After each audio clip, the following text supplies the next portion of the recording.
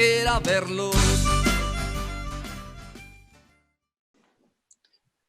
Hola a todos y todas, les damos la bienvenida a este espacio de diálogo de Enjambre, una interzona para el pensamiento libre, ácrata y creativo. En esta ocasión hablaremos sobre antimilitarismo y formas alternativas de resistencia, a propósito de la imperante violencia militar, estatal y paraestatal que se vive actualmente en Colombia.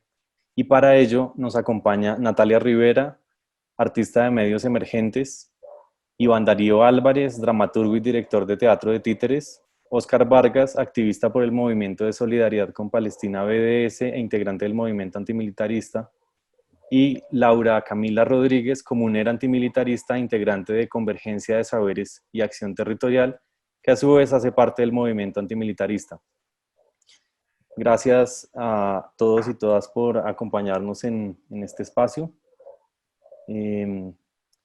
Y bueno, para iniciar, quiero contextualizar con el tema de la guerra que ha vivido Colombia en un espacio de tiempo tan largo, en el que hemos visto prácticas militares desde cualquier bando político, pero especialmente del Estado, que han utilizado prácticas que se han expandido a muchos campos de la vida y una evidencia de esa degradación social, de la guerra. eh, Podemos hallarla, por ejemplo, en los momentos de la violencia, del periodo llamado de la violencia, en el que agentes del Estado torturaban, violaban, masacraban familias enteras, y sin embargo, pese a este horror, continuaban sometiendo al cuerpo recién cercenado y asesinado con igual o peor vehemencia, con un fin más supersticioso, y era entrar en el campo de lo espiritual y destruir también el alma.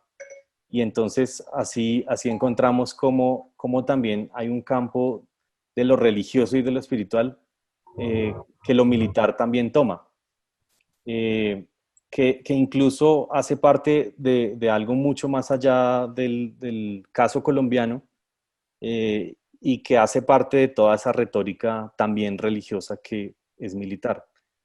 Así como sucede en este campo, en este ejemplo, quisiera preguntarles cómo evidencian ustedes, cómo creen que se evidencia el militarismo en la vida cotidiana más allá de lo explícitamente militar. Entonces, eh, quien quiera comenzar este diálogo. Bueno, yo creo que eso se manifiesta de muchas formas, unas yo creo que más evidentes y otras más sutiles en el momento, digamos, de que cualquier conflicto, tanto social o como o conflictos, digamos, de maneras de pensar en la vida cotidiana, eh, se manifiesta porque sale a relucir pues el policía, el policía que todos llevamos por dentro. Mm, Yo creo que una de las características de las instituciones castrenses es que se caracterizan por ser órganos de control ante todo del individuo y son instituciones donde se le rinde un desmesurado culto pues a la obediencia absoluta y donde ese culto desmedido pues se manifiesta muchas veces de formas que podamos configurar como irracionales o absurdas frente a lo que significa la figura de autoridad. Y en ese sentido también, bajo la misma lógica, funcionan otras instituciones donde generalmente se dan relaciones donde hay uno que siempre manda y otro que obedece, como es el caso de las familias patriarcales, donde por lo general el hombre macho es el que encarna la ley, el orden, y por tanto subordina tanto a los niños como a la mujer en ese orden vertical y es quien controla, por ejemplo, el dinero y por lo tanto también, digamos, crea las reglas de juego pues en esas relaciones de poder o, o dominación. Y otro pues lugar pues también donde se podría manifestar ese espíritu castrense es por ejemplo los colegios o las escuelas donde se supone pues que se socializa a los niños y donde pues también de alguna manera pues se siguen esos patrones de conductas donde siempre hay un sometimiento a la autoridad, ya sea la del maestro o en fin, yo creo, o donde se dan, por ejemplo, esas separaciones tan tajantes entre el recreo y las aulas, donde se hacen filas, donde se, se concentra la gente como en espacios que a veces pueden ser catalogados también como espacios como campos de concentración. En fin, yo creo que en ese sentido, digamos, yo creo que se manifiesta incluso hasta en el amor, porque en el amor pues también se dan pues ese tipo de relaciones de subordinación, donde el marido celoso puede llegar a controlar el espacio y el tiempo pues, de la mujer. Yo diría, digamos, a grandes rasgos un poco eso. El disciplinamiento. A mí me parece que ese es un punto súper interesante del cual yo recogería y partiría y es, pensaba justamente en hay una categoría que las y los compañeros objetores de conciencia han venido hablando ya hace varios años, que es el milipatriarcado. Y es que ni el patriarcado puede desligarse del militarismo, ni el militarismo del patriarcado. Y en ese sentido, una de las cuestiones más profundas en las personas que hemos sido educadas como hombres es que se nos enseña desde pequeños a eh, vigilar y a disciplinar. Y creo que ahí, recogiendo lo que estaba diciendo Iván Darío, parte una condición muy importante de cómo en nuestra vida cotidiana los celos, cómo en nuestra vida cotidiana el deseo de controlar cómo se desarrollan relaciones de parejas sexoafectivas, pero también inclusive de amistad, desde una dinámica de disciplinamiento y vigilancia, ¿no? Constante. Porque creo que uno de los puntos centrales que aparece en esa reflexión de Iván es que el militarismo no es otra cosa sino una de las expresiones más claras del autoritarismo dentro de la sociedad.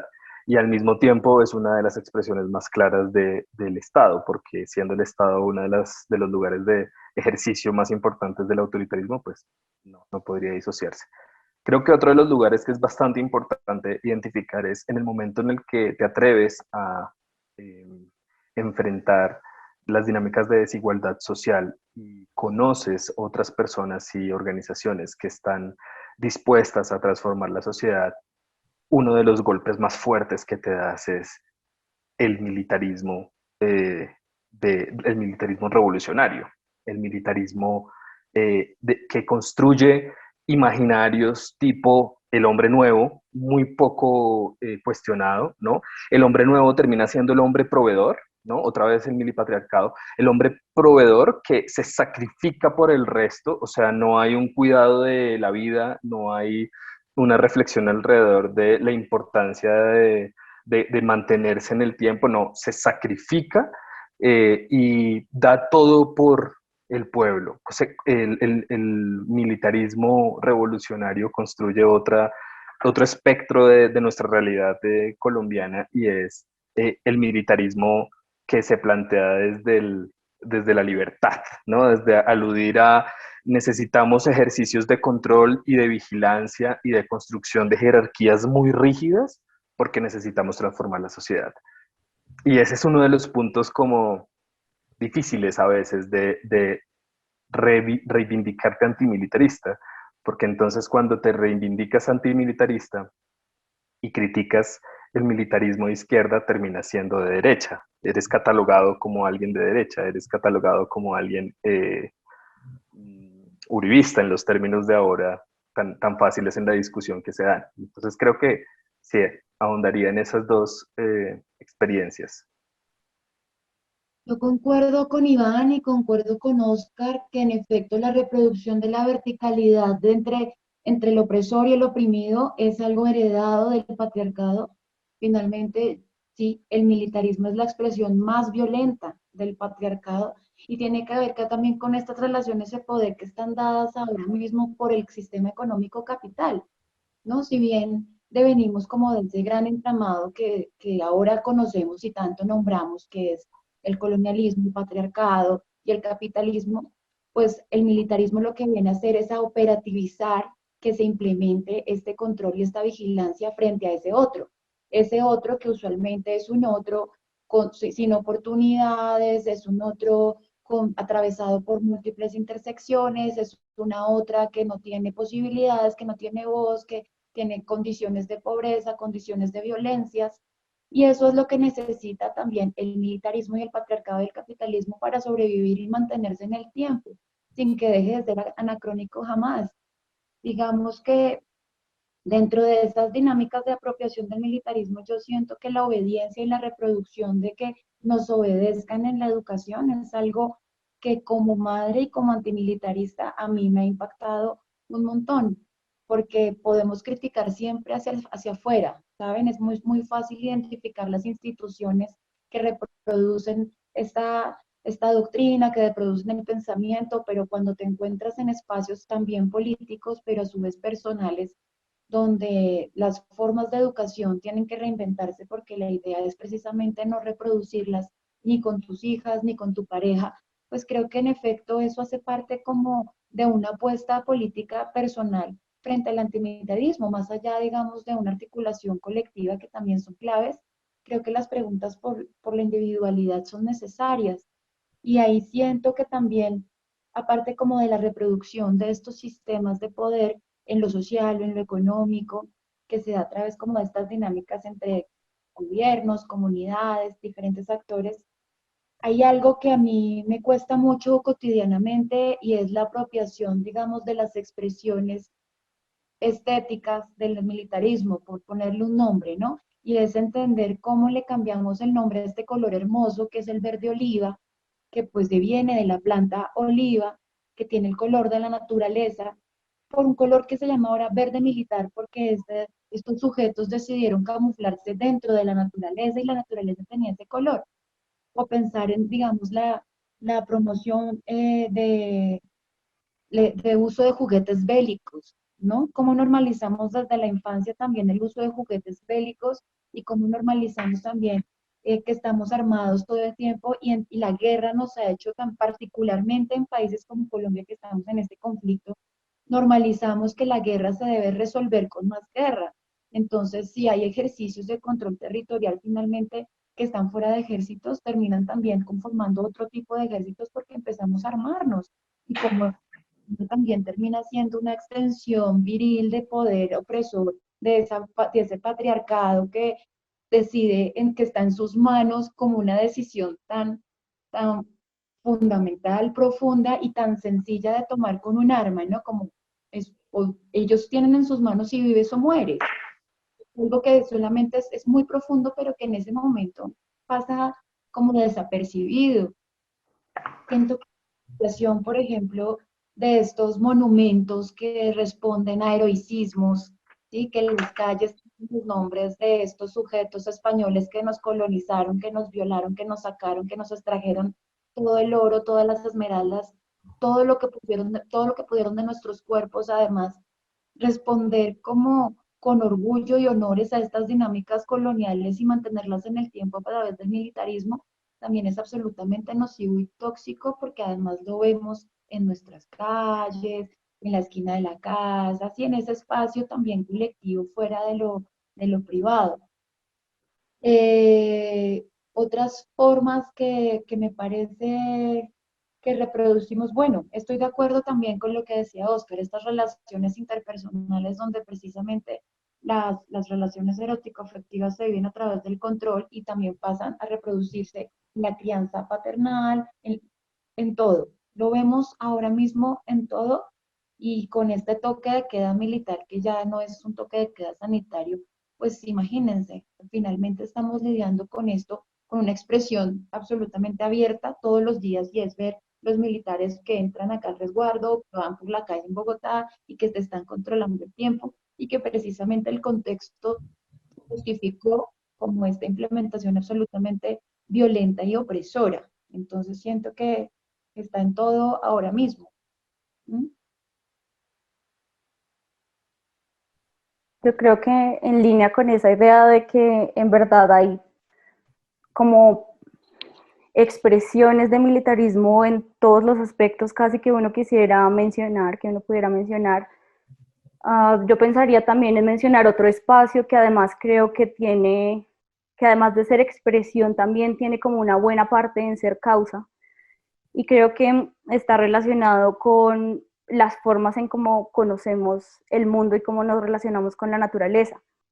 Porque nosotros vemos el discurso militar ahí, por ejemplo, con lo que estamos viviendo en este momento, el virus es entendido como un enemigo, la vida en general es entendida como una enemiga, y contra ese virus hay que emprender una guerra, ¿no? Hay que emprender una guerra contra un enemigo invisible, y esa es toda la narrativa que inició este proceso que hoy nos tiene también en este toque de queda.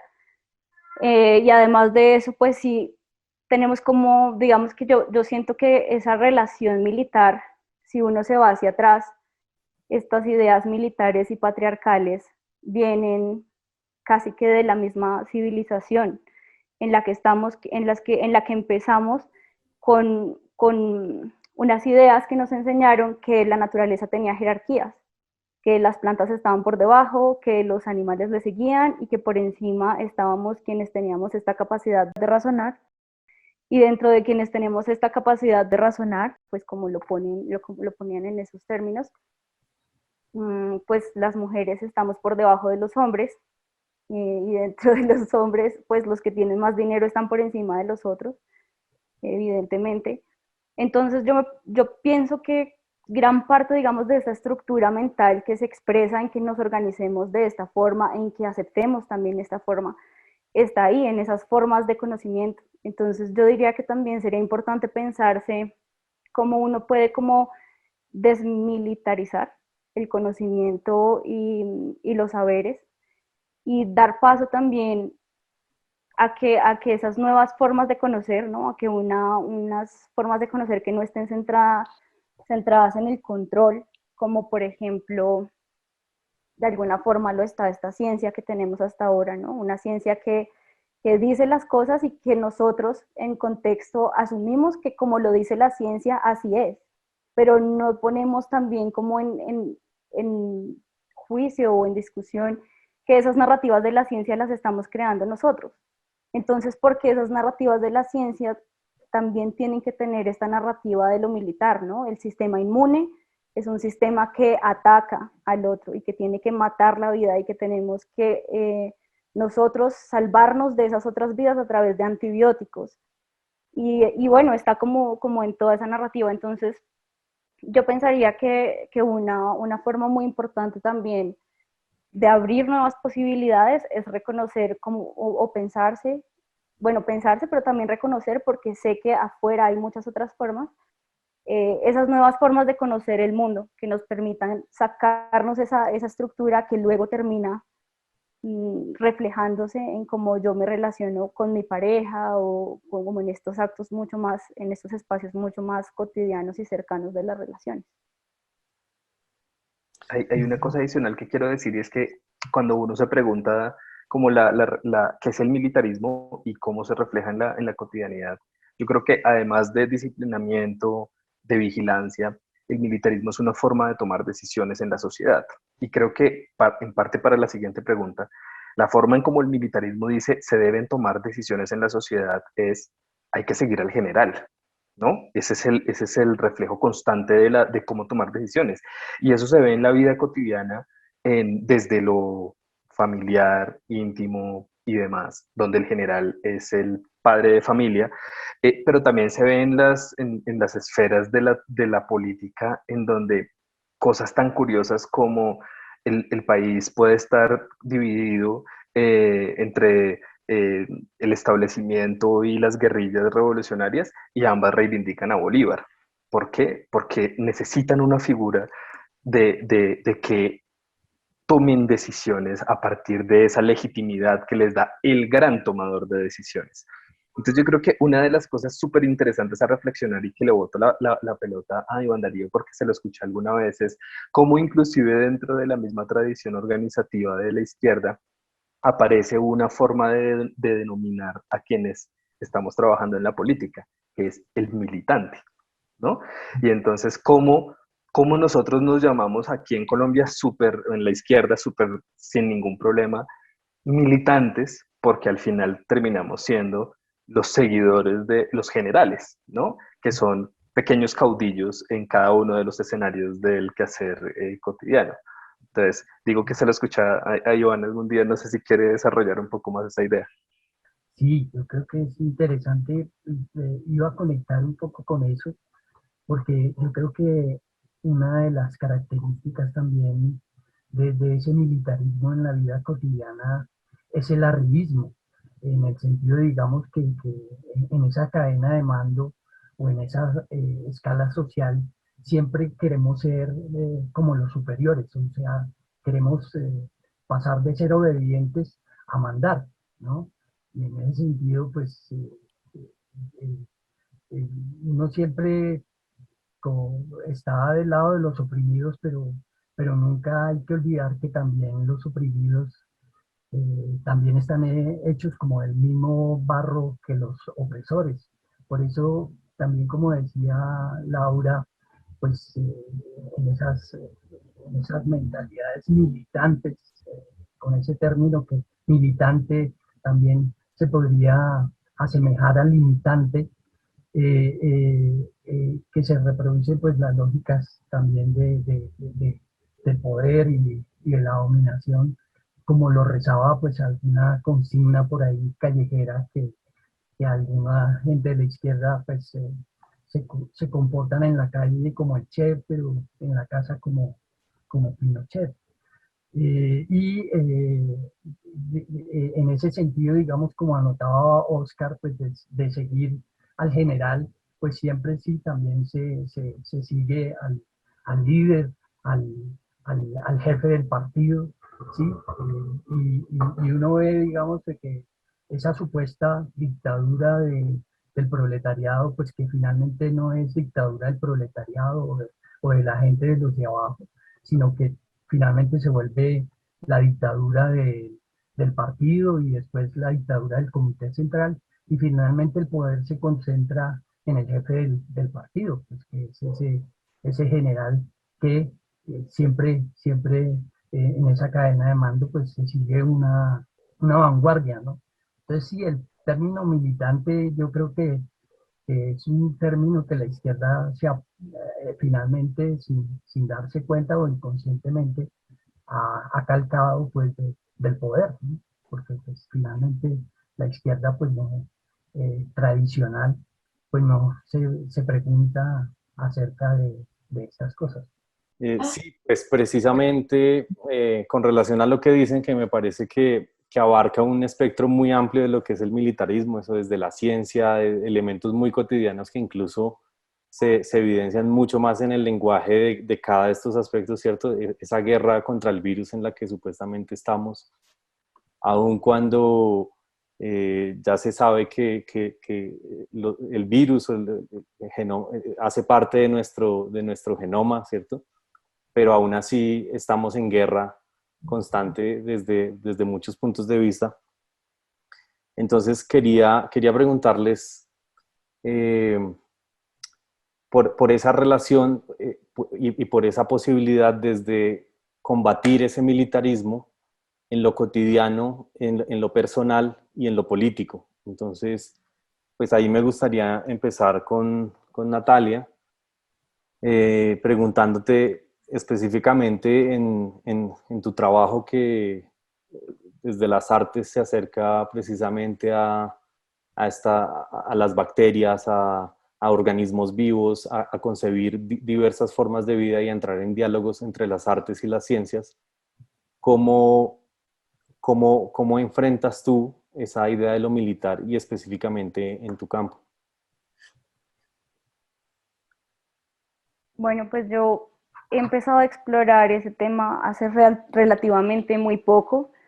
En el momento en el que descubrí eso, como que había una mirada muy sesgada de nuestra parte, de quienes estábamos estudiando estos temas, frente a lo que estábamos estudiando, porque se estaba considerando eso como un objeto sobre el que uno puede imponerse.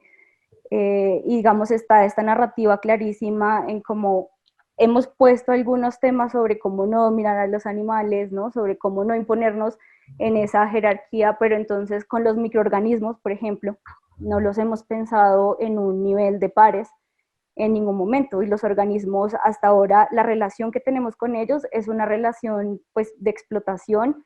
Los usamos en los espacios de la producción de alimentos, en la farmacéutica, en un montón de cosas, pero los hemos también como despreciado tanto que cuando tenemos que enfrentarnos a un espacio en el que interactuamos con ellos a una escala como la de esta pandemia, pues no tenemos ni idea qué hacer, y nuestros sistemas no están, que estos sistemas que son supremamente rígidos de los que hemos estado hablando, pues no están nada preparados para relacionarnos con ellos más allá que intentar atacarlos y fracasar, porque yo creo que también el resultado que hemos tenido es un gran fracaso si uno ve como en el nivel de desarrollo tecnológico y las capacidades que tenemos nosotros en este momento, pues que una vacuna, que es una vacuna para una pandemia que está matando millones, sea una vacuna cerrada, ¿no? No sea un recurso abierto para que las personas, digamos, con todo el esfuerzo que tuviéramos que hacer, pues pudiéramos replicarlos en diversos lugares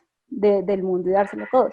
Entonces yo creo que esa relación, pues sí tenemos que repensárnoslas. Yo he estado como explorando eso desde las artes. Me pareció muy importante la narrativa de la resistencia bacteriana, porque la respuesta también de la investigación científica es que estamos perdiendo la lucha contra las bacterias porque las bacterias están desarrollando resistencia a los antibióticos que nosotros estamos creando. Pero resulta que más allá y en profundidad, y justo hablábamos de esto ayer en un espacio de Suratómica, una microbióloga nos decía: los antibióticos en la naturaleza no son ese asesino que nosotros usamos como seres humanos, son mecanismos de comunicación incluso. Entonces, esa mirada, ¿no?, en la que nosotros cogemos ese antibiótico y lo usamos para matar a ese otro que nos molesta, que es un riesgo, en verdad son mecanismos de la naturaleza para generar estos ecosistemas hermosos, impresionantes, que incluso nosotros tenemos adentro. Entonces yo creo que ahí desde las narrativas, pero también pues muy corto mencionar que también creo que los procesos de creación colaborativa en las artes, como los hemos visto en muchísimos casos, pueden ser expandidos a unos procesos de organización en otros espacios de lo social, y creo que eso, como la apertura del conocimiento y la colaboración en nuestras prácticas, en cualquiera que sea, es como una forma también como de hacer resistencia a estas ideas militares. Listo, gracias. Sí. Sí, te iba a preguntar a ti, Laura, eso, como en tu práctica antimilitarista, como tanto en lo personal como en tu, digamos, rol como comunera antimilitarista, ¿cómo enfrentas estas prácticas militares? En mi vida, porque para mí todo eso es lo mismo. Uh-huh. Y yo tengo muchos puntos de convergencia con Natalia.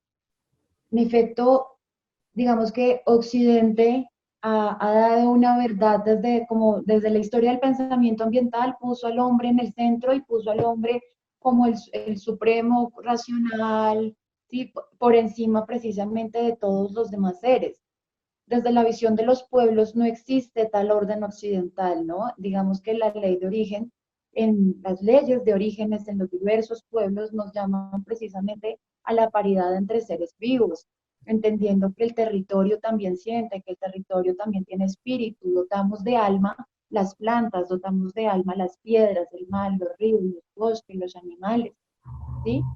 En esta relación de paridad, desde una visión espiritual, metafísica, como le llamen, pues hay una relación distinta, porque no hay una relación extractivista ni hay una relación tampoco opresora, sino hay una relación de cuidado mutuo, donde la naturaleza nos alimenta, nos da lo que necesitamos para sobrevivir, nos protege, nos cura el espíritu, el cuerpo, y nosotros a su vez debemos sostener esa naturaleza en armonía, alimentada, y eso genera un equilibrio que ha roto el capitalismo, un equilibrio que ha roto la colonia y un equilibrio que sigue rompiendo y reproduciendo el desequilibrio, el voluntarismo, sus prácticas violentas en los territorios y en los territorios, en las comunidades que habitan estos territorios y dentro de las comunidades, en las mujeres que pertenecemos a estas comunidades que terminamos siendo el último eslabón de la cadena de poder.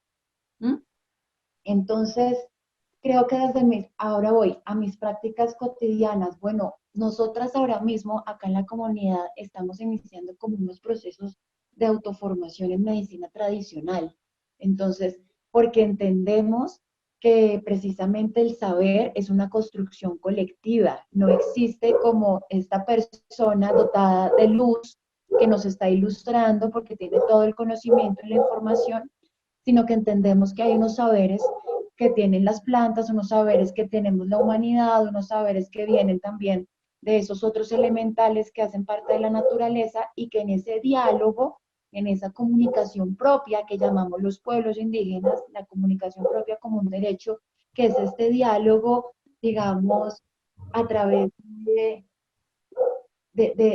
la interpretación de la naturaleza, de cómo leemos el cielo, como los tehualas, los taitas, leen los ríos, leen el tigre.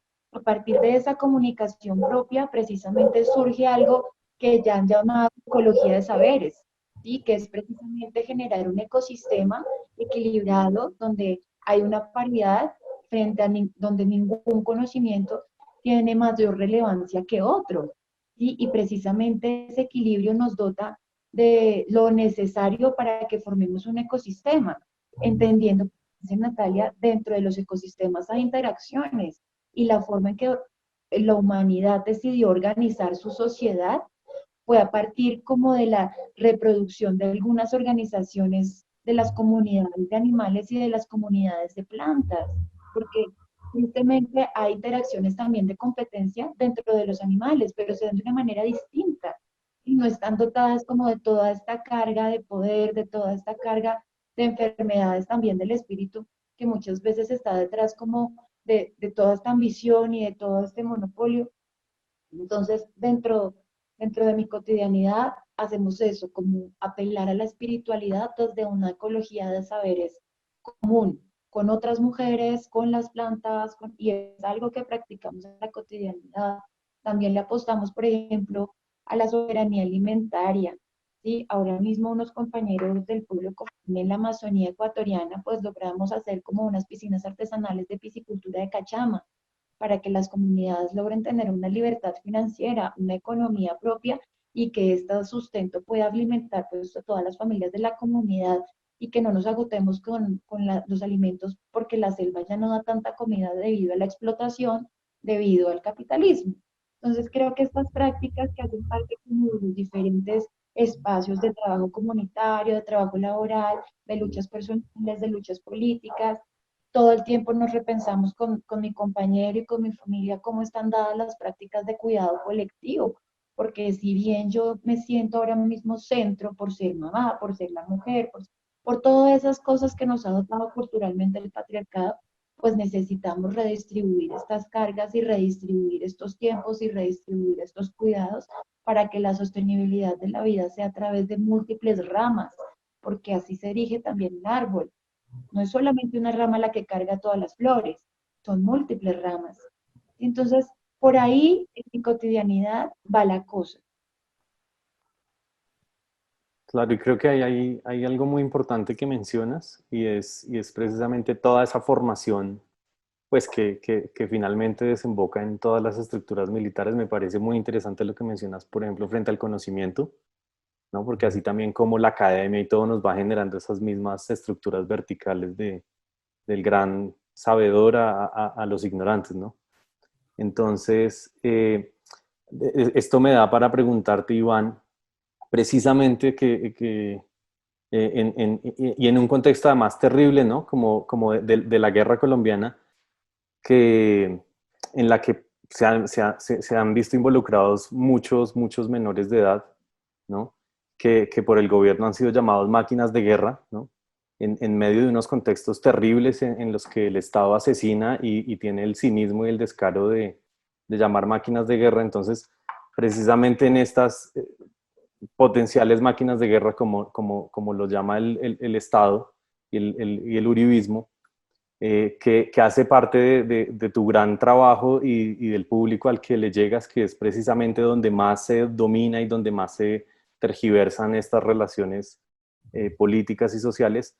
¿Cómo has enfrentado desde la dramaturgia, desde las artes y sobre todo desde la concepción política a un grupo o a un sector de la sociedad que es muy importante, pero que es muy relegado al mismo tiempo? Bueno, pues desde que yo me asumí como titiritero, eh, siempre pensé que debía abordar la relación con los niños de una manera muy horizontal, teniendo, digamos, como un gran respeto, digamos, por la imaginación de los niños, por el tiempo de los niños, por su manera de visualizar el mundo, de contemplarlo, y en esta cultura adulta, pues donde el niño, pues digamos, siempre es como un papel en blanco en el que el adulto pues siempre puede imprimir lo que se le dé la gana a nivel de prejuicios, de valores, y no dándole, digamos, un campo para que el niño pues desarrolle su propio pensamiento y su propia autonomía. Y también pues un respeto, digamos, por el niño, extensivo, digamos, también al títere, porque pues al títere, hay, digamos, como un lugar común, ya digamos, cuando se instalan como ciertos lenguajes de que en relación al títere y al titiritero, pues de que se cree, digamos, de que tanto el titiritero manipula como el títere se deja manipular, que es algo que, digamos, se proyecta, digamos, al lenguaje del títere, pero que finalmente es la forma como nos relacionamos todos, porque todos manipulamos o nos dejamos manipular. Pero en el caso, digamos, de mi visión de respeto al títere o al mismo niño, es que no se debe ni manipular al niño ni se debe manipular al títere. Los titiriteros somos seres animistas, es decir, que nos gusta darle vida a lo que no tiene vida. Entonces, en ese sentido, nosotros tenemos un gran respeto por la vida. No estamos manipulando a nadie, ni siquiera al mismo títere. Y en ese sentido, digamos, pues a mí me gusta reivindicar más la palabra animista, porque es darle vida a las cosas, ¿no? Mientras digamos que en el espíritu militar eh, se manifiesta más lo contrario a la vida, que es el culto a la muerte, ¿no? Pues el hecho de que uno se entrene para matar, pues ya deja mucho que pensar, o en el hecho de eso sí, manipular armas o objetos bélicos para destruir, eh, para destruir a los demás y en ese sentido hacer daño. Entonces sí, yo le rindo culto pues a un oficio como el de titiritero, que es el de dar vida, animar el espíritu pues de las cosas, contrario digamos al espíritu militar. Malatesta decía que ser policía era el peor oficio del mundo. Yo frente a eso pues me he asumido como titiritero, porque creo que es todo lo contrario. Y además pues, porque también siento que vivimos en un país que se podría caracterizar también como de policías y ladrones. Y yo no quiero ni ser policía, ni quiero ser ladrón, precisamente por eso que decía Malatesta, o tampoco quisiera ser ladrón por aquello que decía Kropotkin, ¿no? Kropotkin decía que lo terrible de los ladrones es que los ladrones respetaban demasiado la propiedad privada. Bueno, dejo ahí. Y bueno, quisiera terminar pues, con algo que en algún momento dije, y, a manera como de un poema o un aforismo, no sé cómo llamarlo. Alguna vez dije, cuando niño soñaba con soldaditos de plomo, hoy sí sueño, un soldadito me llena de plomo. Estoy, digamos, contra la violencia en cualquiera de sus formas, porque pienso que pues, la violencia en últimas es eso, pues, es una ansia de anular al otro y de dominar. Claro, claro. Y hay también algo muy importante y es precisamente cuando dices lo de animismo y es que al final la gran tradición del cine, de la animación, ¿no? Recae sobre los títeres, ¿no? Si existe todo un desarrollo, viene de ahí. Eh, y bueno, claro, supongo que es demasiado ofensivo y es terrible cuando se refieren a un gobierno terrorista como un títere, ¿no? Como, ay, pobrecito, como semejante asesino, es porque está siendo manipulado, ¿no? Como si él no estuviera tomando las decisiones y como si él no fuera el comandante del ejército que manda a asesinar niños y que bueno, esto además, para no alargar, quisiera preguntarte, Oscar, precisamente hablando de estados terroristas, porque tu trabajo tiene que ver mucho que ver en una relación también que tiene ciertas equivalencias y es precisamente el Estado de Israel, tu trabajo con el movimiento BDS y bueno, y tu trabajo con el movimiento antimilitarista. Sí, pues desafortunadamente en este momento América Latina, Colombia, eh, una de las grandes tragedias que estamos viviendo es que el modelo del militarismo que se está implementando en Colombia actualmente, que tenía muchas influencias y tiene muchas influencias de Estados Unidos, cada vez más tiene muchas influencias de Israel. Y solo para no hacer muy extensa la respuesta, voy a permitirme hacer una pequeña propaganda. Justamente hicimos un libro que ahorita está a la venta, que es sobre el militarismo israelí en América Latina, que tiene que ver tanto con qué armas estamos utilizando, qué tecnología de guerra se está utilizando y especialmente qué doctrinas, ¿no?, militares. Una de ellas, que es la más impresionante aquí en América Latina y en muchos lugares del mundo, es la vigilancia eh, digital y electrónica, que desafortunadamente el desarrollo que ha habido, digamos, desarrollo en términos de la variedad de conocimientos que han logrado en Israel a partir de la vigilancia y el disciplinamiento de los palestinos, al lograrlo, al volverlo una realidad, lo han empezado a comercializar. Y entonces aquí en Colombia ya estamos sufriendo la interceptación y el seguimiento de llamadas y de chats y demás de organizaciones de derechos humanos. No es algo que especule, sino diferentes declaraciones judiciales del mismo Estado ha certificado que se ha hecho interceptación de llamadas a activistas de derechos humanos, periodistas, políticos, etcétera. Entonces, sí, ese es como uno de los ejercicios más crueles del militarismo hoy día, es el digital. Es el digital y es el de las comunicaciones, ¿no? En donde cuando la primera pregunta apareció de cómo usted vive el militarismo en su vida cotidiana, ¿no? Y es como yo pensaba, en parte por estas reflexiones, como abrir el computador y meterme a internet.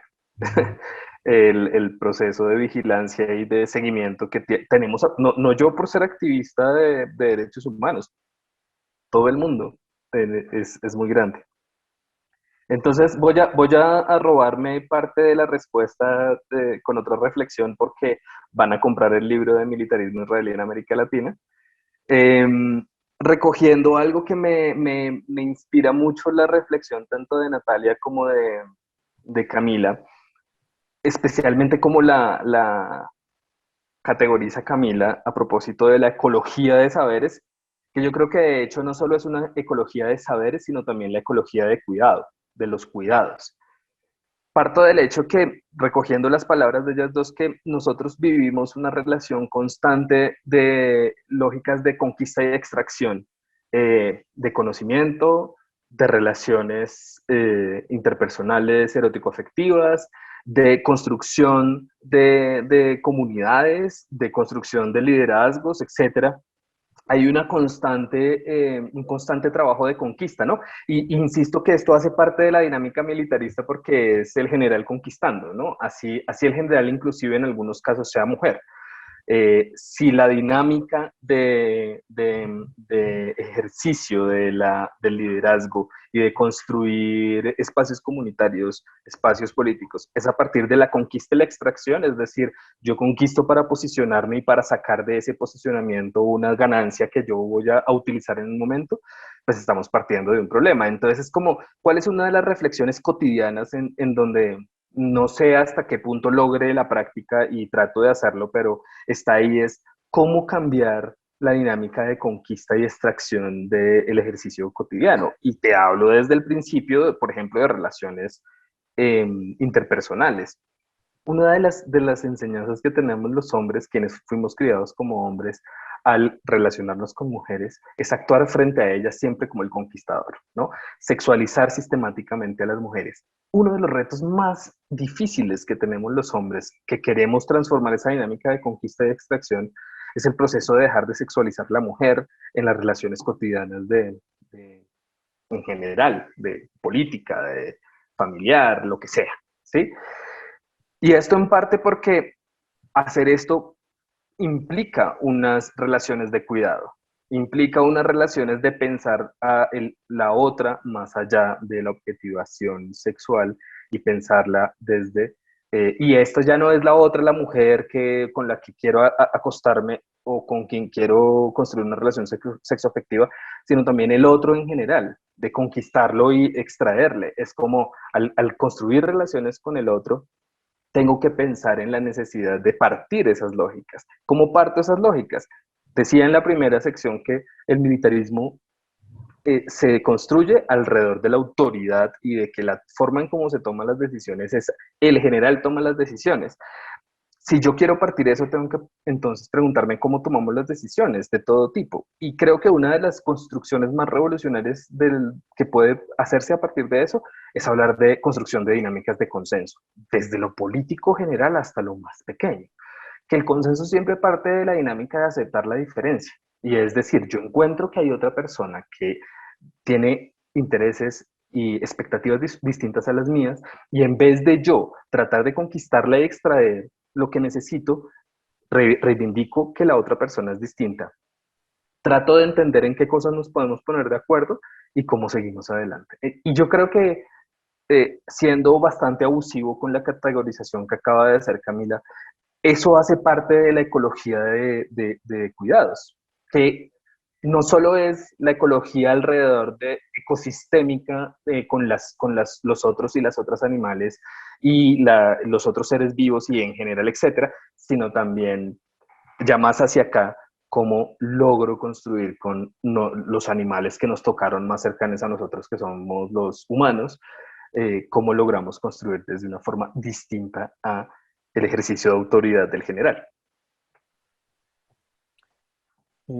Bueno, yo ahí quisiera preguntarles precisamente en esa idea de cómo construir, ya entrando en el ejercicio de pensar esas formas alternativas, y es que hay un mito muy fuerte que se ha ido construyendo pues, en toda esta civilización, y es que el desarrollo, el avance, sí, todo esto, además de las lógicas que mencionas, Oscar, que son muy pertinentes para cómo realmente funciona, y es que además eso implica es que nos ha servido y sirve y es lo que desarrolla las sociedades.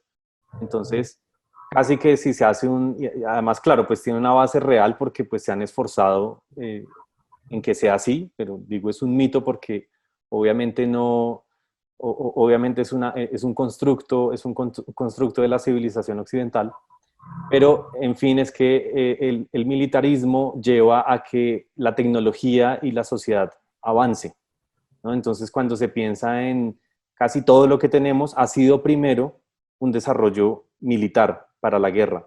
Entonces, hay un caso muy específico, claro, el Internet se da en este inicial desarrollo igual que todo, pero hay un punto muy interesante y es que cuando surge el CERN, ¿no es cierto? El Centro de Investigación de Investigación Nuclear, eh, eh, se crea el protocolo WWW que hoy da al Internet global y que hoy nos ha metido en toda una nueva sociedad digital que es pues que literalmente estamos experimentando en este mismo momento.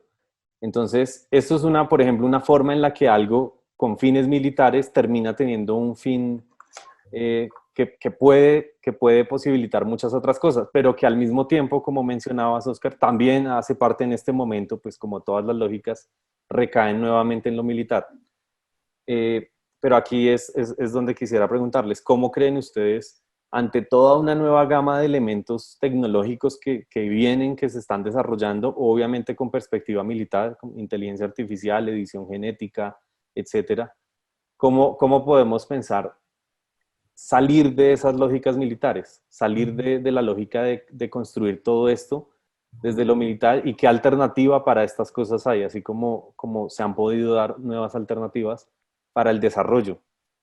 Y lo que pone además algo muy importante para la sociedad y es si realmente se puede una sociedad no militar, ¿no? En los términos de desarrollo. No sé si Nata o Laura quieran comenzar.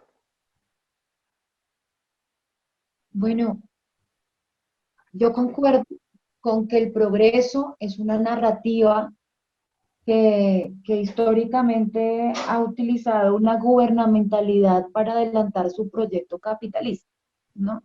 Y en ese sentido también construye al militarismo como una narrativa que legitima ese cómo vamos a sostener ese capital, pues defendiéndolo. Y lo vamos a defender a bala. ¿No? Y vamos a defender estas fronteras, y vamos a defenderlos de ese otro enemigo. Sí, toda esa narrativa que ya conocemos. Son narrativas que son creadas para que nosotros pensemos que pues hay como un proceso de subjetivación, ¿sabes? Como donde ellos mismos crean esas identidades y esos pensamientos que terminan reproduciendo lo que las acciones y los discursos y lo que queremos alrededor de esa forma de organización, por ser amable, de organización de territorios, ¿sí?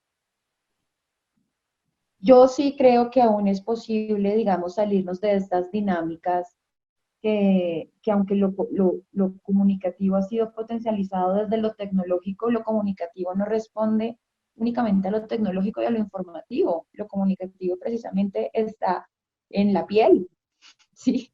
El contacto, el voz a voz, o sea, eh, yo siento que se apagan la luz, es decir, si bajan los tacos, podemos volver fácilmente como a un momento de rehacer una vida lejos como de estas formas de vigilancia. Obviamente, claro, hay unos controles superiores a nivel, sobre todo en lo urbano, porque hay como mayor acceso a que esta tecnología se desarrolle y hay unos controles globales. Sin embargo, yo creo que una forma de hacer resistencia es baje el switch de su casa, apague la luz, ¿sí? Desconéctese del computador, del celular, sí, porque finalmente somos nosotros quienes estamos creyendo que esta es la única forma de comunicarnos y no, estamos mal, no podemos dejar que esa narrativa cree esta subjetividad que piensa que la comunicación es vital en el sentido económico y tecnológico porque así la desarrolló la guerra. La comunicación, claro, es vital, pero no necesitamos estos aparatos para comunicarnos. ¿Mm? No sé si sea muy ingenua mi respuesta, pero, pero yo creo que sí. Yo creo que es posible y creo que salirse de esas narrativas siempre va a ser, no es un tema que funcione como bajo una decisión de un día para otro, pero creo que la resistencia que a diario ejercemos de manera individual y de manera colectiva precisamente suman. Y yo creo que hay que hacer siempre algo para sumar y para restarle al militarismo. Entonces, si bajar el taco le funciona, pues sume. Sí.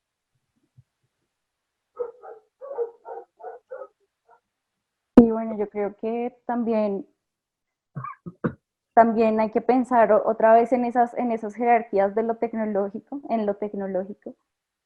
Y es que siempre le hemos dado mucha más relevancia a estas tecnologías como de lo masivo que a las tecnologías de lo comunitario y a las tecnologías del cuidado y a muchas otras formas de conocimiento que no vemos en este espectro de lo que la humanidad ha desarrollado, ¿no? Entonces, por ejemplo, yo pues creo que si esta misma línea de un conocimiento que es único y valioso, como lo presenta pues esta, no sé, Occidente, pues ha dedicado a matar todas esas otras tecnologías y todos esos otros conocimientos. Entonces, pues, por un lado eso, o sea, yo creo que tenemos mucho que rescatar y mucho que crear, pero por otra parte también siento que nosotros, digamos, en lo más práctico, hablando de estas tecnologías específicas, si hace referencia, digamos, a estas tecnologías como digitales y como todo esto, pues en lo más práctico nosotros como seres vivos somos seres creativos y la naturaleza casi que crea a través de nosotros, entonces yo considero que se ha dado de esa forma porque es verdad, muchas de estas tecnologías fueron desarrolladas así, porque esas organizaciones se han dedicado a matarnos la posibilidad al resto de crear. Entonces han llevado todos los medios, han explotado todos los medios de otros y todo lo que se requiere para que estas cosas puedan haber sido creadas en el entorno pues, de los militares que necesitan defender unos capitales, como lo decía Laura. Y a mí me surge también ahí en ese punto como pensarse lo difícil que es que uno pueda imaginar por fuera de o sea, que muchas personas, que la comunidad en general, las comunidades puedan imaginar y pensar por fuera de lo militar, ¿no? Como podríamos pensar un mundo donde no necesitemos lo militar, donde no necesitemos defendernos y más allá, y esto es algo que a mí me parece también como muy crítico en ese momento, y es la incapacidad que tenemos de pensarnos la organización por fuera del capitalismo. O sea, cada vez que uno menciona esto es como lo decía Laura, como que ingenuo, ¿no? Como estás como completamente por fuera de esta realidad. Y yo siento que si no hay prácticas por fuera del capitalismo, si no hay prácticas que no requieran esta explotación y esta acumulación extrema, es muy difícil que las tecnologías no, o sea, que no sigan siendo como desarrolladas en esa misma línea. Entonces, para mí es muy importante una forma de organización que nos permita relacionarnos diferente y una forma de organización que nos lleve luego a una democratización de unas tecnologías que van a servir, digamos, que van a ser usadas en un contexto diferente al del control. Obviamente también, pues, como entendiendo todo lo que es, pero entendiendo todo lo difícil que esto puede hacer, pero entendiendo también todo lo posible que es, porque yo sí creo que hay muchas comunidades en este mismo momento desarrollando esas otras formas y esas otras posibilidades. Claro, ahí también hay un tema y es, bueno, se genera ese debate, ¿no? Hay un problema y es que hay cosas que ya se han creado que no necesariamente tengan que desecharse, ¿no? Pero que pueden ser muy problemáticas. Es decir, yo creo que, por ejemplo, algo como el desarrollo de la inteligencia artificial, que incluso puede estar abriendo como el paso a una nueva forma de vida, eh, es tenaz que tenga una lógica militar detrás en este momento y del hipercontrol, como por ejemplo está luchando China o Estados Unidos por generar esos niveles de dominación terribles. Es tenaz, por ejemplo, esas tecnologías que mencionabas, Oscar, cómo nos van llegando de ese control y de ese genocidio, digamos, que se está produciendo en este momento. Pero entonces también pienso, podría tener una vuelta de tuerca, ¿no? Es decir, podrían, porque ya existen, ¿no? Ya está, el Internet ya está pasando. Entonces también pregunto es por pensar qué hacer con esto, ¿no? Porque es muy complicado echar hacia atrás la historia o echar de lado algo que ya existe y que es, pues que al final si funciona de otra forma como el Internet, no en términos de guerra, puede ser muy interesante, puede ser muy, muy importante. Digo que ya está pasando porque imaginemos, o sea, hoy día si desarrolláramos, gracias al software libre, que ha sido una herencia de la reivindicación de dinámicas no privativas y no autoritarias de colección de conocimiento. Si quisiéramos, hoy podríamos hacer una aplicación que utilizara inteligencia artificial para avisarnos en momentos de manifestaciones si hay presencia de policías que han tenido prácticas sistemáticas de exceso de violencia que han llevado a asesinatos o a judicializaciones. Eso podríamos hacerlo. O sea, podríamos tener la capacidad hoy día, y no estoy hablando de ciencia ficción, estoy hablando de algo que podría ser real, y esto permitiría que ejerciéramos derechos, bueno, no dinámica de ejercer derechos, que pudiéramos salir en dinámicas de autoprotección a protestar si es el caso. Entonces, sí, es algo que está pasando hoy, y yo creo que esa realidad y esa inquietud, como que siempre hemos tenido dos, o bueno, no siempre no, hay dos formas de interpretarla, la de Caos y la de Iván Darío, la ludista y la kropotkiana. La ludista de la tecnología hay que acabarla porque la tecnología en sí introduce un sentido de la realidad, y la kropotkiana de la tecnología nos permite un desarrollo que nos va a llevar a un momento en el que los trabajadores podamos solamente tener 4 horas de trabajo al día. Esto genera como muchas preguntas. La primera pregunta es, ¿la tecnología en sí tiene un sentido? ¿La tecnología en sí tiene una eh, conciencia que no se puede alterar? Yo no estoy seguro. Esa es una de las grandes preguntas que hay alrededor de... Y digo no estoy seguro porque por un lado está, podemos utilizar Internet y podemos utilizar la inteligencia artificial y podemos utilizarlo para hacer cosas súper interesantes antimilitaristas, ¿no? Estamos construyendo una ruta de memoria entre el lugar donde murió Nicolás, que asesinaron a Nicolás Neira, y en el que asesinaron a Dylan Cruz, para que en esa ruta de la memoria una de las ideas es tratemos de hacer realidad aumentada para que la gente, cuando está recorriendo los dos lugares, pueda con un celular activar un código QR y identificar quiénes eran ellos, cuáles eran sus apuestas, hasta dónde el Estado es responsable, etcétera, etcétera, etcétera. O sea, es decir, como, claro, podemos utilizarlo y es algo que hay que hacer, pero al mismo tiempo viene esta otra pregunta de tanta virtualidad y tanta digitalización, que es lo que estaba diciendo ahorita Natalia, a dónde nos está llevando en términos de construcción de comunidades, ¿no? ¿Qué tanto nos está alimentando las comunidades? Y yo les debo confesar que más que tener una respuesta, yo creo que hay que utilizar la inteligencia artificial si lo necesitamos, pero al mismo tiempo me entristece, y lo digo en términos emocionales, tener reuniones virtuales donde nadie pone cámaras y yo no puedo ver los gestos de las personas. Y ya hoy día es algo súper normal hacer reuniones que yo llamo de podcast, y es que la gente apaga la cámara, apaga el micro, o sea, saluda, hola, ¿qué tal? ¿Cómo estamos? Apaga el micrófono y se ponen a lo que sea, barrer con el podcast de la reunión ahí, lo que sea. Entonces, a mí me intriga pensar si en últimas el militarismo que estamos viviendo hoy día realmente podemos contrarrestarlo con solo tecnología. Y no hace falta, un poco la reivindicación de Camila y de Natalia, no hace falta meterle a esto trabajo de construcción comunitaria y no únicamente digital. son inquietudes que me queda muy difícil resolver. Claro, Yo ahí yo quería quisiera, hacer una, perdón, ya.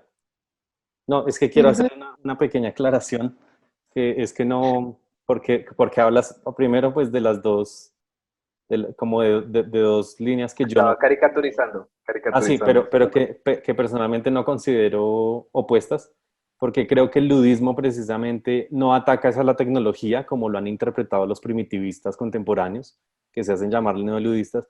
Yo creo que el ludismo es ante todo una reacción contra el mecanicismo y contra el mecanismo que se impuso a los trabajadores y las trabajadoras y pues contra la militarización de cierta forma, ¿no? Que el capitalismo fue muy crudo en sus inicios, que de hecho es muy parecido al de China en este momento, pero era muy crudo en Inglaterra en su entonces. Ya, era que quería hacer esa aclaración porque no estoy en contra de la tecnología, ni quiero, ni planteo destruirla, ni la pregunta planteada es destruirla, sino qué hacer. ¿Qué hacer? Es más como porque ya existe en todo caso. yo quería decir algo y es que precisamente este análisis está situado más en una esfera urbana, ¿no? En una esfera de tipo primer mundo, porque es que el militarismo que vemos en los territorios está lejos de tener internet, ¿sí? Entonces, yo entiendo como estas discusiones, pero la realidad es que en los territorios enfrentamos el militarismo de otra manera, incluso también de maneras violentas. Sí, tengo compañeras en veras que sacan a los militares a machete y funciona, ¿sí?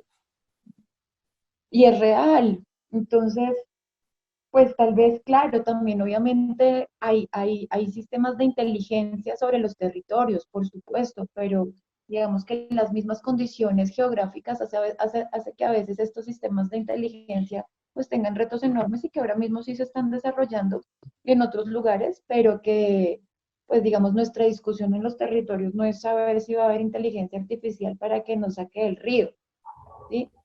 No, no pasa por ahí nuestras conversaciones. Nuestras formas de desmilitarizar el territorio pasan desde la implementación de sistemas de justicia propia, desde el ejercicio de otras violencias físicas y armamentistas, desde también apuestas de construcción siempre social, siempre colectiva, incluso con todas las contradicciones que hay al interior de los movimientos y de las colectividades, pero siempre como una apuesta política que claro, ahora enmarcaron esas luchas como en el tema del goce efectivo de los derechos, pero eso ya existía mucho antes, ¿sí? Porque finalmente las formas de organización comunitaria responden es a la pervivencia común y nada más genuino y orgánico que la defensa de la vida para una comunidad. Y por definición, ser antimilitarista es defender la vida en todas sus formas. Al menos es mi apuesta política. ¿No? Por ahí, solo para pensarles cómo salir de la esfera urbana, que también tiene otras relaciones eh, verticales con los territorios no urbanos, que sería chévere también empezar a repensarnos desde estos antimilitarismos. Claro. Camila, quiero aprovechar que tú estás acá también para que nos pudieras contar algo que está sucediendo ahorita, que creo que justamente está en línea de lo que acabas de decir. O sea, uno de los ejercicios militaristas más difíciles de entender, no solo racional, sino emocionalmente, es lo que está sucediendo con la reorganización de ejércitos paramilitares y narcotraficantes en el sur del país, no solamente en el sur del país. Y estamos viviendo este fin de semana un hecho sin precedentes de experiencias antimilitaristas desde comunidades indígenas. Y es que justamente, y eso es lo que quisiera que de pronto Camila pudiera contarnos un poco más, los NASAs han declarado una estrategia de justicia frente a los narcotraficantes, a los ejércitos de narcotraficantes. Y podría darnos algunas eh, ideas de qué significa en lo que ella está diciendo, en el territorio, en los territorios fuera de las ciudades, qué significa enfrentar el militarismo. Que no es el militarismo del SMAT, que no es el militarismo del ejército estatal, sino que es enfrentar, además de a ellos, enfrentar al militarismo de ejércitos narcotraficantes. Entonces, me parecería súper interesante escuchar también eso. No sé si nos podrías contar un poco de eso. Claro, sí, bueno, ha sucedido una tragedia este fin de semana, hace unos días. y es que mataron a la compañera Sandra Liliana, gobernadora indígena del pueblo Nasa de Siberia, de la comunidad de Siberia en Caldono, en el Cauca. Al otro día, pues a ella la matan porque en efecto hay una apuesta política desde las autoridades indígenas para erradicar los usos de los cultivos, la coca con uso de cultivo, con uso ilícito. Y entonces se están erradicando cientos de hectáreas a mano de hoja de coca que va para cultivo, para uso ilícito, para consumo ilícito. Entonces, ella hacía unos días se había declarado como con la guerra directamente a los narcotraficantes, diciendo, este es un territorio de paz, acá vamos a erradicar, pues aquí hay consumo ancestral de hoja de coca, pero no vamos a ser productores de la base de coca para la cocaína. Y días después la matan con 8 tiros, uno directo en la frente. Al otro día convocan una minga para erradicar plantas de coca y llegan ejércitos de narcotraficantes a rafaguear a la comunidad. Hay 30 heridos, por fortuna parece que no hay muertos aún, aunque todavía hay mucha gente, digamos, en hospitales. Y lo que hacen las autoridades también en un ejercicio político de gobierno propio y pues con un ímpetu fortísimo, es decir, de aquí no nos vamos, y convocan 20.000 guardias indígenas al norte del Cauca. Y deciden hacer un ejercicio de gobierno propio, implementando la justicia propia, que es la que dicta la ley de origen. Entonces se hace una especie de juicio donde las 127 o 129 autoridades que hacen parte pues, de esta organización regional representativa del pueblo Nasa, que es el CRIC, que es el Consejo Regional Indígena del Cauca, pues mandata que haya un juicio donde sean las 129 autoridades quienes decidan qué van a hacer con las personas que asesinaron a Sandra Liliana y con las personas que rafaguearon a los comuneros, porque la Guardia Indígena, de manera organizada y en el control territorial, pues los logró, los retuvo, los atrapó, los retuvo y tienen ahí 3 de los 5 asesinos y tienen ahí otras personas. Y ahora mismo estamos pasando por un ejercicio también que cuestiona precisamente la justicia ordinaria, como entendiendo que esta es una instancia también legalista del militarismo, ¿no? O sea, pasar por esas instancias donde la justicia responde a unos, a unos valores y a unos procedimientos que finalmente privilegian ciertos sectores, que también es una organización atravesada por la corrupción, es una organización atravesada por el patriarcado y todas sus dinámicas opresoras, pues un ejercicio de justicia propia es algo antimilitarista, ¿sí? Porque es lograr, digamos que yo siento que la palabra ya no debería ser justicia, porque esa sigue siendo una palabra que pone Occidente en nuestras manos, pero la usamos desde los pueblos indígenas y ese dar justicia, darle a cada quien lo que corresponde, pasa por unas visiones sobre la vida y sobre el territorio que son fundamentales para el pueblo nazi, donde en efecto no va a ser, digamos, una justicia punitiva, una justicia que crea que encerrando a un asesino en un centro penitenciario, pues va a reparar la muerte de alguien más o que es suficiente o que eso va a cambiar y transformar el mundo, sino que precisamente es una justicia que se cuestiona por el cómo y el para qué, porque ese para qué no solamente es para infringir como un castigo, sino es desde una mirada de sanación de lo espiritual, porque entienden que todas estas dinámicas de las violencias y de los asesinatos y responden a enfermedades espirituales, que es, digamos, un poco la concepción del pueblo Nasa, un poco lo que yo les decía al principio, como es pura enfermedad, el poder, la avaricia, pura enfermedad espiritual, y desde la justicia, desde el ejercicio de justicia indígena, lo que también se hace, más allá, digamos, del castigo físico, del encierro, de lo que la autoridad decida, es también ejercer un trabajo de limpieza espiritual para limpiar toda esa enfermedad, porque esa enfermedad no solamente fractura el tejido social, sino que desarmoniza el territorio. Esta es como la experiencia que está sucediendo ahora mismo, hoy fue ese juicio. No sé qué haya fallado, tendría que comunicarme con los compañeros y compañeras de allá, pero es, digamos, algo que hay que visibilizar, que tengan la luz y que sea la mejor manera. Pero creo que repensarse otras formas lejos de ese sistema gubernamental de la justicia punitiva es muy importante. Gracias, Laura, eh, por compartirnos este tema, esta noticia.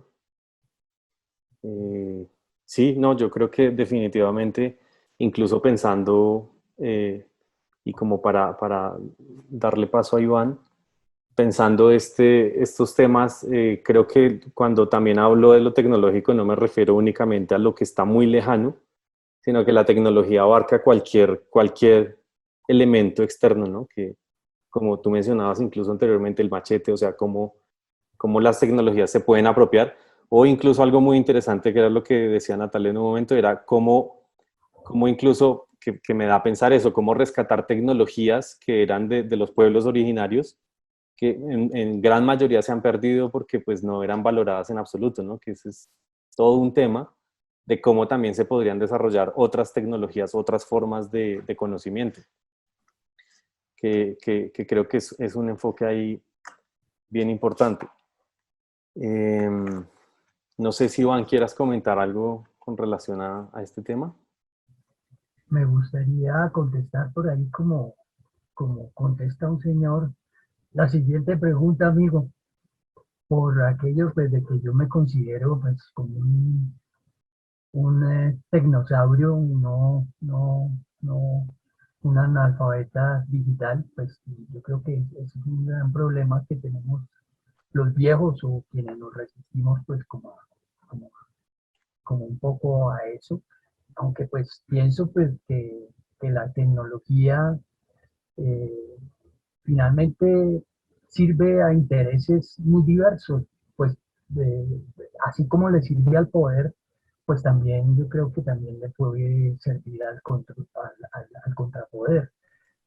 Pues gracias a la tecnología militar, pues los militares tienen un control sobre los territorios y por eso la tecnología les ha servido para combatir a la guerrilla, pues así cayó, gracias a la tecnología cayó el mono Jojoy o cayó Pablo Escobar, pero también gracias a la tecnología, por ejemplo, la gente que ahora porta un celular y se puede convertir como en un reportero, puede a través de esos medios socializar ciertos abusos policiales. Eso, por ejemplo, si no hubiéramos visto por internet el abuso policial que se hizo no hace mucho y que generó pues tantas protestas, pues eso no hubiera sido posible gracias a si no hubiera sido si no existieran pues ese tipo de tecnologías pues que están a la mano de cada uno. Yo veo pues digamos que también todo el acceso a internet nos permite digamos convertirnos a cada uno de nosotros en una especie como de cosmopolitas digitales y eso nos da la posibilidad de tener un acceso al conocimiento, pero el problema es que si no hay una mayor profundización en el desarrollo de la educación y la cultura, pues también podemos ver cómo esos medios también se prestan no para el conocimiento, sino para la banalización, ¿no? De la vida cotidiana o de convertirnos en estrellitas de Internet gracias a la dictadura del clic. Sí, hay un tema con eso que de hecho que me gusta. Hay una parte muy específica del Dulce Encanto de la Isla Cracia, una obra de Iván, en la que van, ¿no? Es una historia de piratas que van por el tesoro de la Isla Cracia, y en un momento los piratas les dicen a los niños, como les dicen, y si supieran de los piratas del futuro que se van a llamar hackers, ¿no? Y hace como ese coqueteo que me parece importante en lo que dice, si es también pues pensar en eso, ¿no? Cómo hackear, cómo subvertir esas tecnologías dominantes, ¿sí? No, o sea, claro, yo creo que normalmente es un problema que sí, que corresponde más a quien tiene más acceso, pero creo que también es importante precisamente que se rompa esa lógica en la que el acceso y la posibilidad de la tecnología esté reducida a unas cuantas personas, ¿no? Ahí, Y sobre todo, pues, que se acabe con los secretismos del Estado, ¿no? Como claro, sucedió con Wikileaks y que convirtió a la Assange, pues, en un héroe de la libertad de prensa, ¿no? Que, claro, por ejemplo, yo creo que ahí hay un muy buen ejemplo de antimilitarismo, evidenciando y hackeando la información secreta y pues rompiéndoles también la imagen, ¿no? Que es otro modo de resistir. La pregunta sería, frente a estas dos eh, formas, ¿qué alternativa hay, qué alternativa consideran ustedes de resistencia ante el militarismo, ante la guerra, pues que no recaiga precisamente ni en la violencia, pero pues que no quede en esa impotencia absoluta? Ya bueno, tú Laura nos mencionabas un poco esta experiencia de este mismo instante que puede ser muy interesante para eso. No sé si puedas hablarnos de otras formas, precisamente, incluso de otras culturas que nos puedan dar luces en este Sí, aspecto. sí, por ejemplo, digamos que uno de los planteamientos del antimilitarismo es lograr la acción directa no violenta, ¿no? Que son acciones colectivas que son directas y que en efecto pues no son violentas y sí buscan crear una resistencia civil frente a esto que vemos en los espacios públicos, ¿no? Que vemos en el... Pues, por ejemplo, lo que hemos hecho han sido como proyecciones en espacio público, proyecciones audiovisuales, proyecciones gráficas de piezas gráficas audiovisuales críticas que señalan la violencia, que le ponen rostro a esos violentos, que también generan reflexión, que generan grito. Finalmente, lo que hacemos a través de la imagen es gritar y yo en eso me siento muy recogida, como cercana al cine documental y al cine indígena, donde, digamos, también trabajo y hago parte, y es precisamente a deconstruir esa mirada desde los otros, logrando expresar una mirada propia, y una mirada propia que tenga voz desde la imagen, y que esa imagen, yo firmemente creo en que hay que tocar los corazones con el cine y creo que eh, he salido transformada de ver películas y nuevamente, ingenuamente pienso que lo puedo lograr hacia esos otros y esas otras. Creo que el cine es una herramienta política visceral y que funciona. Hemos realizado también, ¿qué más hemos hecho? Ah, bueno, hemos con el movimiento antimilitarista, del que también hace parte Oscar y varios compañeras y colectivos y colectivas y organizaciones de objeción de conciencia y antimilis, pues hemos hecho un par de acciones en espacio público, digamos como en esta línea de acción directa no violenta, precisamente en la conmemoración de la muerte por Nicolás Neira y por Dylan, pues hicimos una ruta que ya venía como pensándose desde hace mucho tiempo, desde otros lugares del movimiento. Hicimos una ruta con pintura de esas huellas que fueron perseguidas y también hemos pintado las calles, hemos pintado los pisos, las paredes, precisamente gritando, ¿no? Precisamente gritando desde la imagen. Eh, Algo que fue muy sonoro fue el Resistimos a sus balas que pintamos en el Parque Nacional, que son iniciativas espontáneas, colectivas y con una apuesta política antimilitarista. Esta acción que les cuento por las huellas de Nicolás Neira y de Dylan las hicimos el día contra la brutalidad policial.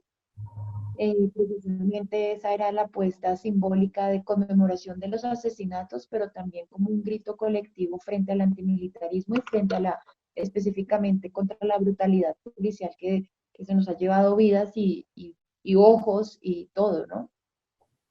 Desde ahí creo que hemos planteado un montón de cosas también individuales, colectivas, en ese ánimo de la acción directa no violenta, como gritar con las paredes, gritar con el cine, gritar con la música. Hace muchos años se realiza el Festival Antimilitarista que inicialmente se realizó en Medellín y luego lo cogió Bogotá. Y es precisamente cómo desde la música también generamos diálogos de resistencia, de conversaciones que nos cuestionen esa normalización del militarismo, que también junta apuestas, que si bien, por ejemplo, en el movimiento algo muy interesante es que todas y todos somos diferentes. Entonces tenemos como el parche anarquista, tenemos el parche de mujeres y como con línea feminista, tenemos el parche como cristiano, como, sí, pero todos convergemos en que la forma es sin armas y la forma es sin militares, y creo que desde ahí se puede tejer siempre. Creo que por eso nosotros, digamos, le apostamos a convergencia, porque siempre podemos converger y siempre en la defensa de la vida. Por ahí, no sé qué más se te ocurre, Oscar, que hayamos hecho.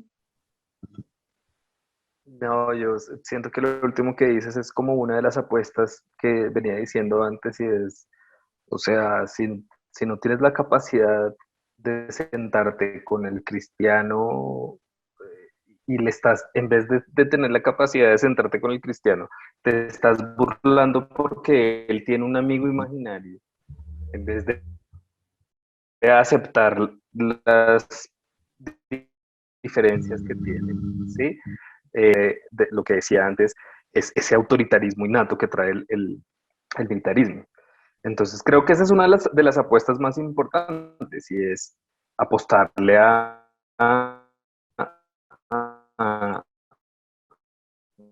desde la diferencia Oscar, Oscar, construir otro sí, Oscar, la solución. Oscar, es que Ahora, se ¿me trabó escucha, por perdón? completo. No, es que se trabó demasiado, ya no, nos perdimos. Dale, tienes que repetirlo, no te escucho nada. Mm. A mí se me fue la imagen, se me acabó Sí, la no, batería del celular. bueno, entonces afortunadamente coincidimos. O sea, no me voy a sentir tan culpable de que fue mi internet de mierda. No, se sigue trabajando un poco. Pero un momentico. Listo, bueno, hagamos una pausa. Sí, una pausa, ¿Me por favor.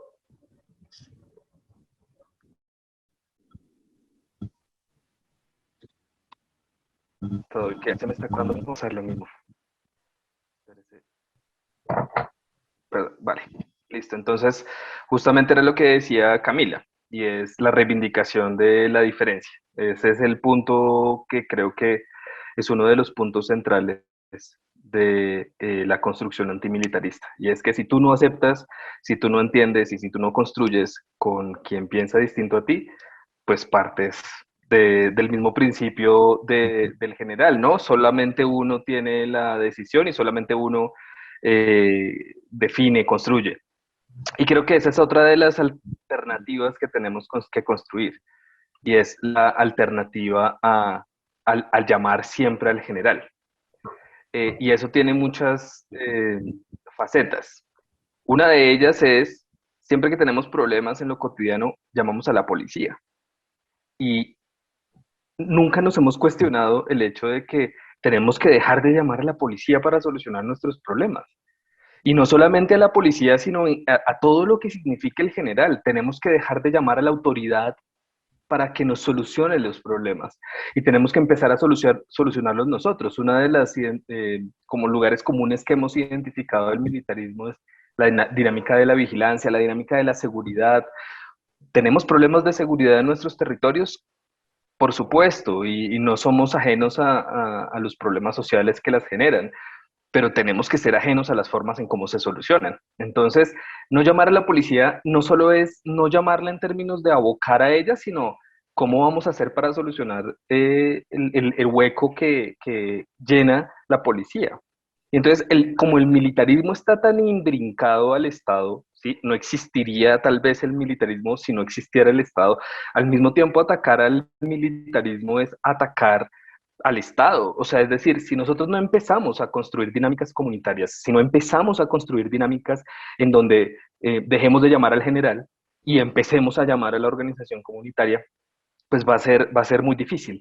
Y ese dejar de llamar al general, que no caigamos otra vez en algo que yo decía antes de, no llamo a Bolívar, pero sí llamo al Che, y sí llamo a Camilo. sigo llamando al que se sacrifica, sigo llamando al macho proveedor que deja todo para dar el sacrificio por los demás. No podemos pensarnos una dinámica alternativa si caemos en la misma esencia del milipatriarcado. Tenemos es que dejar de llamar al general, pero a todos los generales, y tratar de construir para que el Estado y los ejércitos, sean del Estado o privados, no entren en nuestros espacios comunitarios.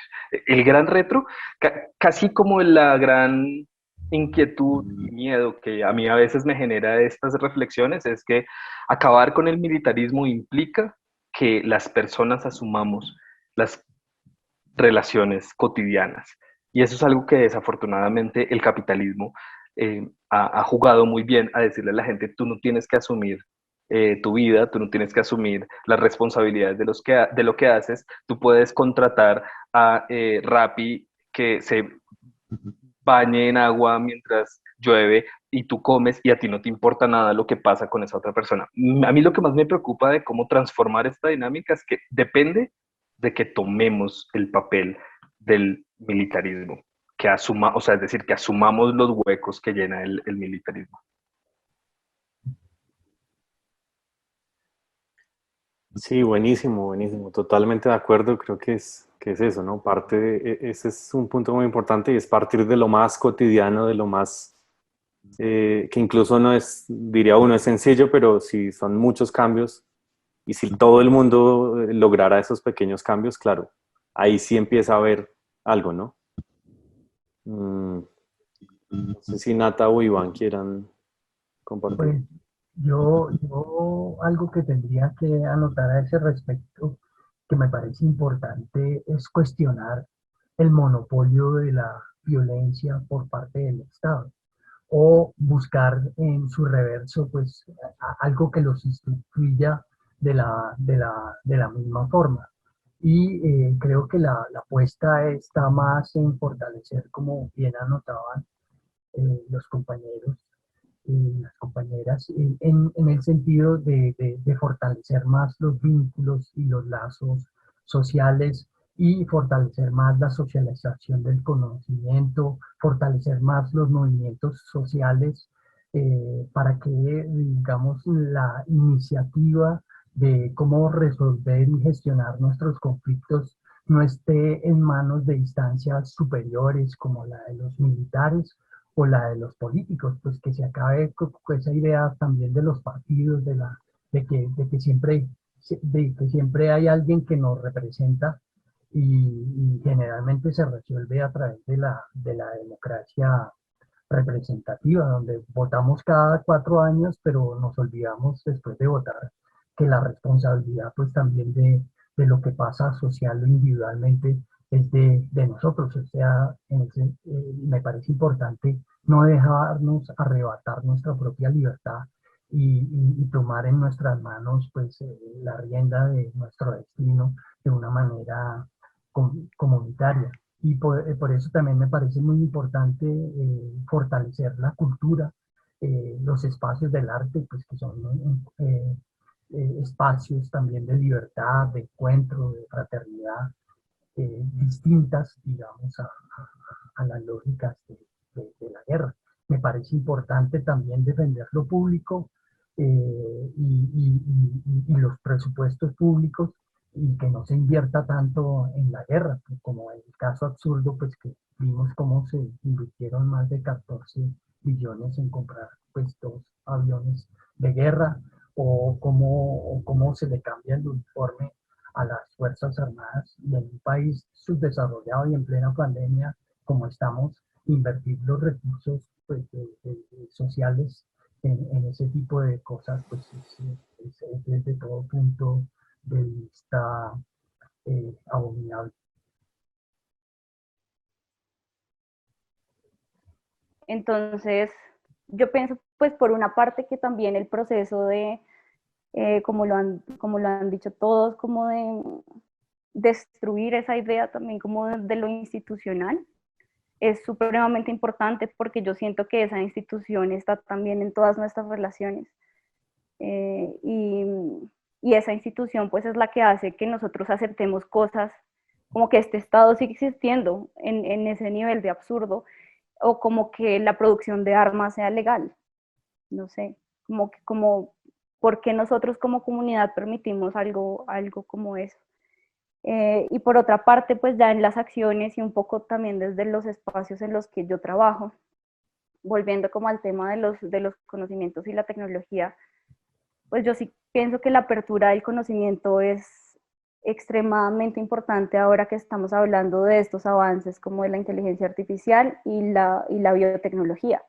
Yo pienso que ese es como otra suerte de monopolio que se tiene también, y es que, por ejemplo, en este momento en Estados Unidos, la Foods and Drug Administration, que creo que es como la encargada de estas cosas, prohíbe que nosotros podamos experimentar con tecnologías bio, pero se lo permite por completo a todas las empresas. Entonces estamos en una desigualdad terrible porque nosotros no podemos desarrollar conocimiento en esa área y luego vamos a tener que aceptarnos y someternos pues a lo que llegue, ¿cierto? A lo que llegue son estas vacunas de las que hemos hablado, que son cerradas, que venden y que es un gran negocio, no es nada más que un gran negocio como se ha organizado.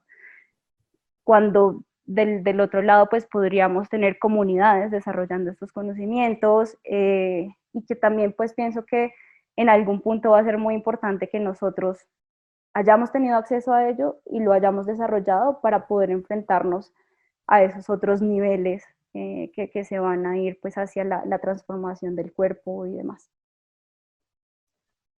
Sí, sí, de acuerdo. Y además también, por ejemplo, que eso sí ya ha golpeado y es la biotecnología en semillas y eso que sí ha ido golpeando al agro, ¿no? Eso sí ya, por ejemplo, ya llegó y ya cada vez va avanzando más, y lo mismo en esos términos de guerra y de colonizar los territorios.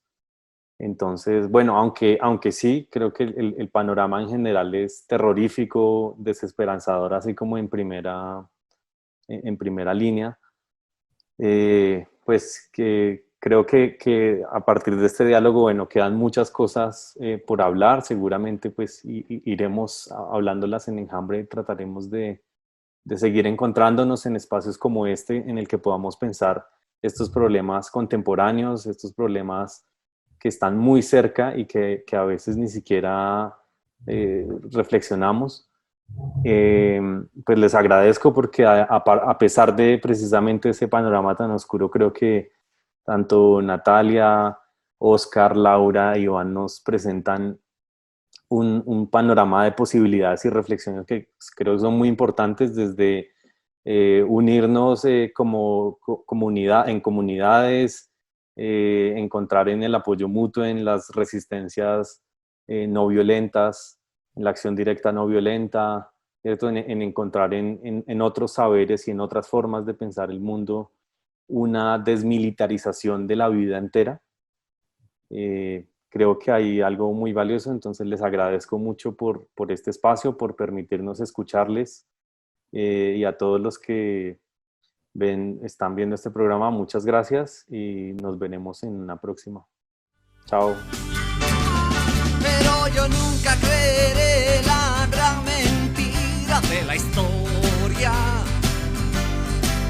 Pero yo nunca creeré la gran mentira de la historia. De que al bañar a otro de sangre me estoy bañando de gloria. ¡Nunca!